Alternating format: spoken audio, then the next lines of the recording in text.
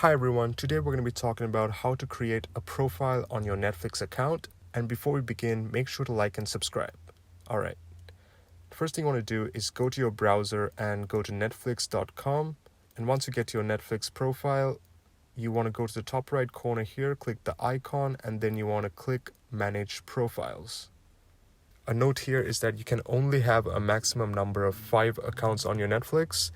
So to add a profile to the existing profiles you already have, so you click Add Profile, and then you put your name, and if it's a profile that you want for your kids, where if selected, this profile will only see TV shows and movies rated for ages 12 and under.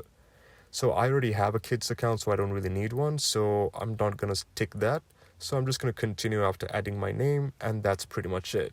You've now successfully created a profile. And you click Done, and that's it. It will appear now every time you log into your Netflix. I hope this helped you guys. Thank you for watching.